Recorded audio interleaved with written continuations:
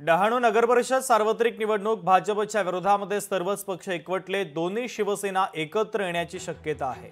डहाणू नगरपरिषद सार्वत्रिक निवडणुकीमध्ये भाजपच्या विरोधात सर्वच पक्ष एकवटले असून दोन्ही राष्ट्रवादी एकत्र आल्याचं पाहायला मिळत आहे। वरती आमचा निर्णय झालेला आहे। डहाणू नगर परिषदेमध्ये दोन्ही राष्ट्रवादी शरद पवार आणि अजित पवार साहेबांच्या माध्यमातून आम्ही सर्व एकत्र आलेलो आहे आणि स्थानिक लोकांनी एकजूट केल्यामुळे आम्हाला सर्वांना एकत्र घेऊन या नगरपालिकेमध्ये लढायचं आहे। तो बघा, आपल्याला सर्वजण एकत्र मिळालं तर चांगला या डहाणूचा विकास होऊ शकतो। अलग अलग लढल्यानंतर काय होऊ शकतो, पण एकत्र लढून आपल्याला बघा, जेव्हा जर त्यांना पण यायचं असं तर आम्ही स्वागत होतो, असं नाहीये ना। बघा, जिथे जिथे लोकल बॉडी तयार आहे ना, तिथे आम्ही एकत्र येण्याची तयारी आहे। बिहारमध्ये ऐतिहासिक विजय झाला, आत्मपरीक्षण केल्याशिवाय विजय मिळणार नाही। फडणवीसांनी आता काँग्रेसला खोचक सल्ला दिलाय। राहुल गांधींकडून फेक नरेटिव्ह पसरवण्याचा प्रयत्न करण्यात आला होता।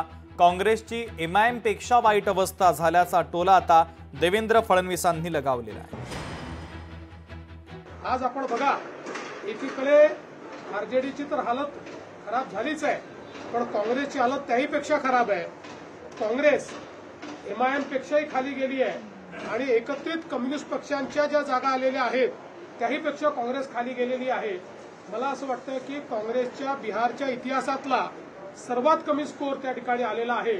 राहुल गांधींनी तिथे वोट चोरीचा मुद्दा चालवला, त्याच्यावर त्यांनी यात्रा काढली, त्यांनी नदीत उड्या टाकून बघितल्या, डान्स करून बघितला, पण लोकांचा विश्वास हा मोदीजींवर आणि नितीश कुमारांवरच आहे।